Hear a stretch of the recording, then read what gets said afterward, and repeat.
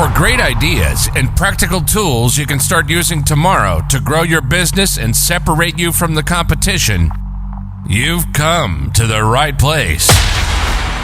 If you're into B2B marketing and sales, then welcome to the one and only B2B Marketing and Sales Podcast. With over 60 and counting total years in the trenches of businesses small and large, they have a plethora of knowledge and experience that generate you more leads, capture more clients, ring up more sales. Well, doggone it, just make you more money. How about that? Always thought-provoking, yet dubiously entertaining. Please welcome to their respective microphones across 3 time zones, your co-ringmasters, the Dave Loomis, and not the rock star, Steve Miller. Hey everybody, this is Steve Miller, better known as Kelly's dad, and not the rock star, Steve Miller. And I am with my compadre in crime, the Dave Loomis. Go ahead. The Dave Loomis. What a voice. Mr. Voice. Ooh, I love it. I'm going to just, I actually should just start introducing him as Mr. Voice. All right. And as you can see today, I am completely underdressed for this occasion. But that's all right, because really, I'm not the star. And I don't plan on being the star. Those of you that have followed us from the beginning, you have heard this voice before. We have as our once again our semi-regular special guest, my smoking hot wife, Kay Miller. Welcome. Thank you very much. Great to be back. Hello, Kay. It's one thing to be invited once.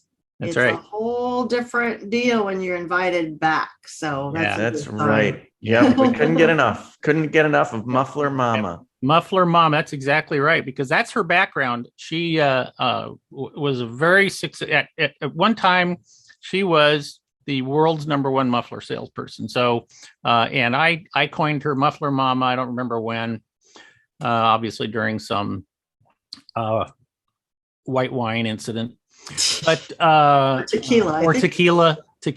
They're both white. So, we got her back here today because her new book is now at Pagination. And the next time you visit there, make sure you look for it. Okay, at Pagination. Okay. Yes. You know what? I was never into beauty pageants, but now I get to at least be part of Pagination. Yeah, Pagination. Yeah. Dave, did you went through that with your book, right? Pagination. Oh, sure. Yeah. It's a great part of the process. Yeah. Well, in my first book, when they said, "Well, we're going to send your book to Pagination," I literally thought, "Oh, they're sending it to some company." I had no idea what Pagination meant. So, and that was a long time ago. I'm impressed you can even remember. But I asked you, sweetie, what we're going to talk about today. Okay. What did you decide that you wanted to talk about? Well, thanks for asking, but I have to say, calling me sweetie is very unprofessional. That's very low, very low. Yeah, I am not married. Not known for PC. Not known for any of that crap. So. You are not, and we've been married for 34 years, I think. 34 years. I'm tired of trying to train you, so here we go. If it makes you feel any better, Kay, he calls me sweetie also. So I was actually a little surprised that you answered. Yeah, and that makes me a little worried too, because I thought I was his only sweetie. So, yes. Well, go ahead. Yeah, I have my book, Uncopyable Sales, in Pagination. In case you don't know, is just really taking the document and laying it out so it looks like a book, so it can be printed. So it's mainly a design thing. So we're going back and forth on that a little bit, and I think it is going to look fabulous. Steve was asking me, what kind of topic from the book I thought would be helpful for, listeners. And one of the chapters I have early on in the book is called, now hopefully nobody will be offended by this really bad language, Kick Fear's Ass. So it's all about dealing with fear because I love it when you talk dirty to me. yeah, I know. Yeah, I'm sure Dave's enjoying it too. And hopefully the listeners. That's okay. He talks dirty to me too. Yep. You're right, sweetie. Yep. Yeah. But really, I think so much of sales comes down to just being bold and overcoming your fear of rejection, which is always a possibility in sales. Fear of hearing no, fear of failure, because sales is, a percentage game. And the people who are bold enough to keep going out there and trying and asking, the questions and making more presentations, suggesting their, solutions to more customers. A lot of that is really what sales is all about in my book. And I actually have a book, so I can say that. That's fantastic. Dave, it sounds like you're agreeing with that, sweetie, right? I agree with everything you said wholeheartedly, 110%. And as you were saying that, I was thinking back to growing up, formative years. And don't we all remember growing up, there was always some super extroverted person or people that we knew, and everybody told you this person, oh, you should go into sales, but not everybody is like that, are they?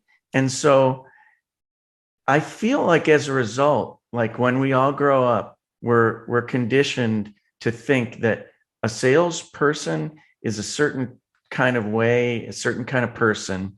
And unless you are that kind of person and you're already in sales and you have no fear already, then you think, oh, that's not me. I'm not really a salesperson, or I'm not that great a salesperson, or maybe I can make my way or something. But do you find that at all? Do you think that people have to be almost reconditioned? Well, I think so. I think we have to recondition ourselves, because I think everybody, the vast majority of people were shy as a kid, felt awkward. That was certainly me. And we had to push ourselves, to do things as kids just to be part of the crowd. And it looked really easy for some people, and others, it was a lot harder. So I don't think it really has to be a natural quality, because there are so many qualities that go into a good salesperson. So you might be naturally extroverted, but you might not be a good listener or a good problem solver, all those other things. So the natural outgoing extroverted person might have it easier in some ways, but they will have other challenges. I myself was pretty shy and quiet growing up, and if you know me at all, I've grown out of a lot of that. She's no longer. But in the book, the very first line of my book is full disclosure. My first sales call was a disaster. And I tell the true story of being hired as the first woman for this company called Amarok, a division of Anchor Hawking. And their product is builders hardware. So decorative hardware, but also functional hardware for cabinets. So when they hired me, the company was looking to hire more women, but they were really grilling me. Will you be intimidated by calling on mostly men? And of course I said, absolutely not, because I needed the job. And then after all my training and I had, I knew what I was doing, supposedly, I made my first cold call on a lumber yard in Seattle. And that's where I was going to prove myself. And it didn't turn out very well, at least not the first time. What happened? Well, glad you asked. I went to this lumber yard and I'd staked it out ahead of time. I lived pretty close by, and I drove into this parking lot, and I don't think I had ever actually even been in a lumber yard. So my goal is to park my car and walk in and meet the owner of this lumber yard, right? Well, it was buzzing with activity. I drive in and there were forklifts and all these different equipment and all these men in Levi's and flannel shirts buzzing around. And I pretty much froze. I'm like, oh my God, if I walk across the parking lot, they're going to stare at me. I'm going to, go in and they're going to say, what the heck are you doing here? I don't even know what all the fears were, but all I know is I backed out of my parking place and I drove away. Feeling oh no, like a complete idiot, cussing myself out, saying words a lot worse than ass. And I was so mad at myself for being afraid. And so I did go back and I conquered that fear, went in and made a call, eventually sold them the product line. So I think if we're honest, we've all had times that we're afraid. And something I say in the book is, if you're never afraid, you're probably not trying, pushing the envelope enough, because you're always going to have something that, that you feel like the small fish in the big pond if you're really going for it. So overcoming that fear and that reluctance is huge. Well, the first thing I want to say is, I think anybody who loves cold calling, and I've certainly spoken in front of audiences and worked with clients, and I will say, to an audience, for example, I'll say, how many of you are, completely unafraid of cold calling? And a few hands, get raised. And then I always say to them, I think you are very sick person.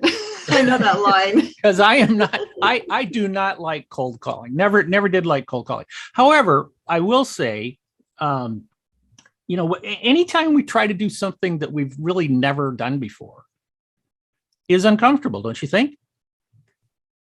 Oh, I totally do. I talk about in the book, it reminds me of driving a car, because it's so scary at first, but we get past it.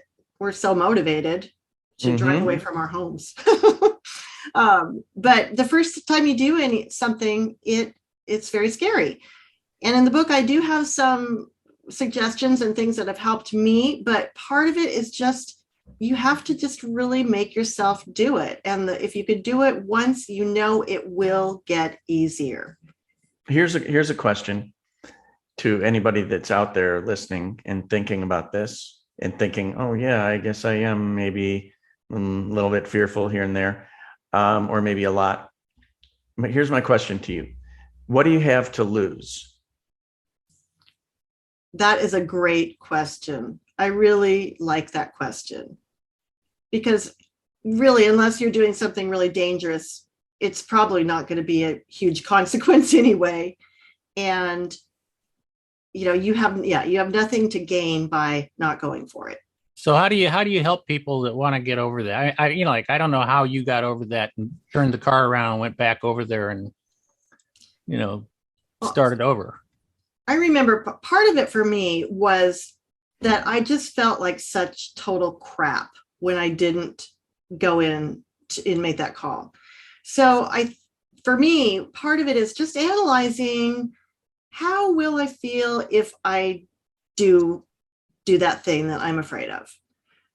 The things that make us proud of ourselves are always the things that are hard for us to do. So I think if you just really analyze it, what Dave said, what's the worst that can happen, or what have I got to lose? Yeah. When you really look at it logically, you think, okay, the worst thing is they can say, don't go away, and you think, okay, I can survive that. But if you think about, on the flip side, how will I feel if I make myself do this? Even if it goes wrong, even if they kick you out or say no, or whatever your worst fear is, that's still a win. That's still a win, because you can say, I did it. I overcame that. And then you're going to, the old comfort zone, we've been hearing about that forever, the circle and going outside your comfort zone. Really, that's what overcoming fear to me is. Just like, doing a podcast or being on video or making a sales call or calling someone. You just knowing that when you do it, it will get easier and you'll get better at it. You're talking about, we're kind of talking about cold calls right now, but fear comes into a lot of different, areas, like as a speaker, for example, I still remember the first time I asked somebody to pay me, something that had a comma in it, for a speech, which I had never been paid that much before, and then finally decided, okay, I'm going to ask for, I think it was $1,500 if is what we asked for, honey, and sweetie, baby, and I was so scared. Also, like when I sold my first book, when I promoted my first book, I was scared to death of that phone call. That's a great story if you ever have time to tell that, because you called the editor of this major publisher, and it didn't really happen like this, but Steve, no. I love that when he tells the story, he says, hello. I know. That's Mary Briggs. I just remember that I was just like, hello. Oh, So it's always scary. Right. Well, I remember when I was early in my consulting years, when I was in a client presentation, and we'd work for like months, and then there would be a few hour meeting with a client, the client, and it was nerve wracking. Our partners were in the room and my colleagues, and then we had to present, and I would remember my heart rate going up before in preparation for me saying anything, like any word coming out of my mouth. And it seemed like time slowed down and sound changed. And then I wouldn't say I would delay. And then I wasn't really listening properly. So by the time I would say something, it was like too late. It was a disaster. And, I got over it. And after a while, by doing it, and just that'll get your confidence up. All it takes is a couple wins, even small wins. Oh yeah. I especially like when the point that you make of where you ask yourself the question. It's and to me this is even more powerful than asking the question, what's the worst that can happen? I love it. I love the question, how will I feel after I've gone and knocked on that door? How will I feel when I do that thing that is really, really hard for me to do? How will I feel about myself? I think that's a really powerful question. Yeah, I like that one too, because, even though that particular call, when I went back to this company, Blackstock Lumber, it worked out well. I made other calls that didn't work out well, but there's just, you're like, okay, I'm the kind of person that can just go and give it a try. So it is very, like you said, Dave, it builds your confidence. And what else could people do? What's that? I said, what else can people do? Well, one thing is just the voice in your head. I have a mantra just for pretty much everything that I just say, I can do this. And just reinforcing that, is I think is really powerful, because we always, default to the negative for the most part. And I talk about something in the book too, where just practice being afraid even outside of business. For me, I talk about ziplining, which was very scary. And if you could do something or even overcome, be disciplined enough to, do something that you're afraid of, even if it's outside business. I think it is good to stay in practice, because we get comfortable, and experiencing that fear and overcoming it is really powerful. Ooh, I like that. I think that's a really good piece of advice. Go ziplining basically is what. Yeah, it is. I was a big snow skier growing up, and still am. And I remember, for some reason, when I got pretty good, I thought it was like a cool thing not to fall, because that's what initially, when you're learning, you're really trying not to fall. So I said that to my cousin Carl, who was my older cousin, who I idolized because he was a great skier and, good at everything. And I told him, hey, I didn't fall, and he's like, what do you mean you didn't fall? And I said, yeah, I'm doing really well. He's like, that's not doing well. He said, unless you fall, you're not getting any better. You must not be really skiing very hard. That's a thought, great analogy. wow, You played it safe. if Carl said that, Carl, who I idolized, who's great at all these things, he falls because he's trying to get better. He's trying to get better, and he's pushing himself. Yeah, that's yeah. great. You That's don't the know. only way you get- Yeah, that's that old thing is that you don't know where that line is until you fail, right? You just don't know. And then when you fail, now you know where the line is, and you can next time you can kind of try to push it a little bit. So like you say, like with skiing, you might be pushing yourself speed wise or a different trail or something that might have been challenging for you, or and the first time you go down a tough trail. I used to ski and I would get forced to go down some trails that I thought I have no business going down these trails, right? But then after a couple of times of doing it, you go, oh yeah, okay, I survived. I guess I can go down those trails. Yeah. I have another idea that I want to bounce off of UK, which is the idea of just going with your intuition and actually not thinking too much, not overthinking. Where I get my real inspiration for this is from a book called Sacred Hoops, which was written by Phil Jackson, who coached the Bulls and then the Lakers. And he was a very spiritual guy. Also, he's really into a lot of Native American practices, just some really interesting things, Buddhism and all that. Right. But he said basically, you practice for something, and then his thought was to tell people there's no time to think on the court. Don't even try and think. Just go with your instinct. Go with what, and your training basically comes out.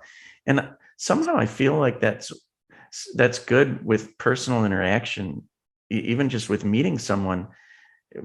Try overthinking meeting someone and what you're going to say to them and that sort of thing. And it just never really works out. But if, people like to say you be you now, which is like sort of a phrase, but I mean, isn't it that just kind of be yourself? Well, and it's like what you talked about with that presentation.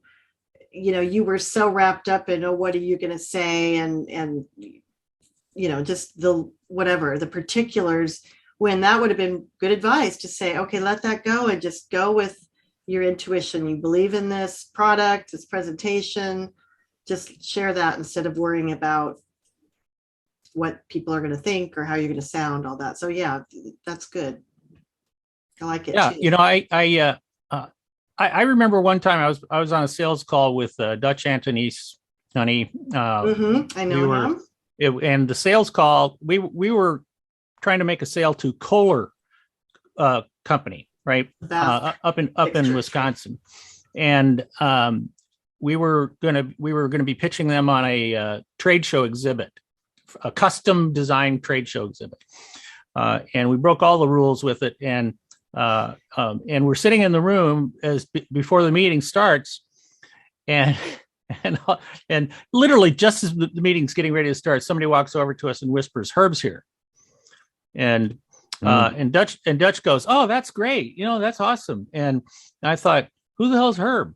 And not realizing, it's Herb Kohler, right? And the owner of the company. And when they explained to me, it was Herb Kohler, one of my first things was like, oh my gosh, I hope I don't sound stupid, and and we made the sale. And in fact, he was the one who made the decision to make the sale, to buy what we were selling. But I still remember chastising myself afterwards, thinking, why did I think that? Why did he owns the company, he's worth a lot of money and all that sort of stuff, but he's still a businessman, just like all the rest of us that were in the room, and he was very nice to us. But I mean, it was a big sale, so we were very happy. But I often think, it goes back to that little voice in your head you were talking about earlier, sweetie pie, baby, it's hard to overcome that, but I love the idea that you can kind of practice ahead of time. Yeah. Mental rehearsal. that stuff is. Yeah. And then just go with it. I got another thing to bounce off of you, which I got some advice from somebody at one point, saying if you're ever asked to like speak in front of a group, and a sales presentation certainly counts for this too, but pretty good chance that you know more about the topic that you're talking about than anyone else in the room. So, I mean, let's go back to your lumber yard. I mean, yes, you didn't know anything about lumber yards. You had never even been to one. So, but you weren't going there to talk lumber with them. You were going to talk about hardware, and they're in the lumber business. They don't know about hardware other than the stuff that they carried already in their showroom and sold and that sort of thing. But you knew more about it. At least you knew more about it, even just starting out, about what your company had than they did. And even just reminding oneself of that knowledge can give a confidence boost. Right. Yeah. They have to know, how much do they know about every single thing they sell in their store? Not a ton. So yeah, I had, of course, being such a good student and, good salesperson, I knew a lot about my products. So that's a great point too.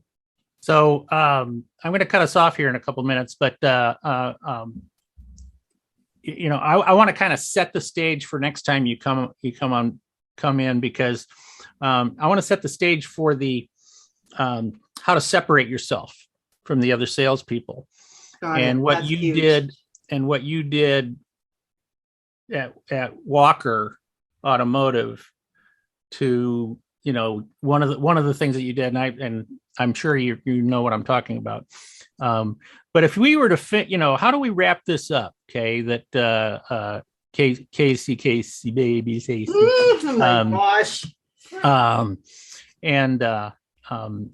Just hand this back over to Dave after you're done, so that he can take us out of here. But what would be your last thing that you would share with people? I would say, and I won't say who this person is, but I know a sales manager that regularly tells his salespeople, get uncomfortable. And I think that's the very definition of what you really need to be a success. Like I said, you'll get more comfortable at some things, but if you're really pushing the envelope, if you're really trying to ski and even if you fall, if you're really pushing it, you'll be uncomfortable. So I think that is it. It's just remind yourself that that's part of the job, and it becomes very fun because you feel confident, you feel proud of yourself, and guess what? You make more sales because other salespeople that let that stop them, you are going to have the advantage over them. So that's how I would end it. Get uncomfortable. That's a great place to end it. And I will now end it. I will end this episode of our podcast, the B2B Marketing and Sales Podcast. And, thanks for having me on, guys. Joining. Thank you, Kay. And thank you, not the rock star Steve Miller, whose new first name is just not. Yours is the. I know. Mine is not. Me the. So I'll have to come up with my. Exactly. Yeah. So we'll get you some. We'll figure something out for you there, Kay. But thank you for joining, and thank you for listening. And there will be yet another episode next week. So keep on tuning in, subscribe, and then you'll be messaged when a new episode is uploaded, which is the most exciting part of my day when I get that message. That's right. Yeah. That's right. Absolutely. All right. Okay, thanks everybody. Thank you for listening to another episode of the one and only B2B Marketing and Sales Podcast, the source for B2B marketing and sales insight. If you enjoyed the podcast, please be sure to subscribe and leave these old guys a 5-star rating. Check the show notes for any links and contact information. You can always contact us by going to b2bmarketingsalespodcast.com. Thank you, and keep on marketing, keep on selling.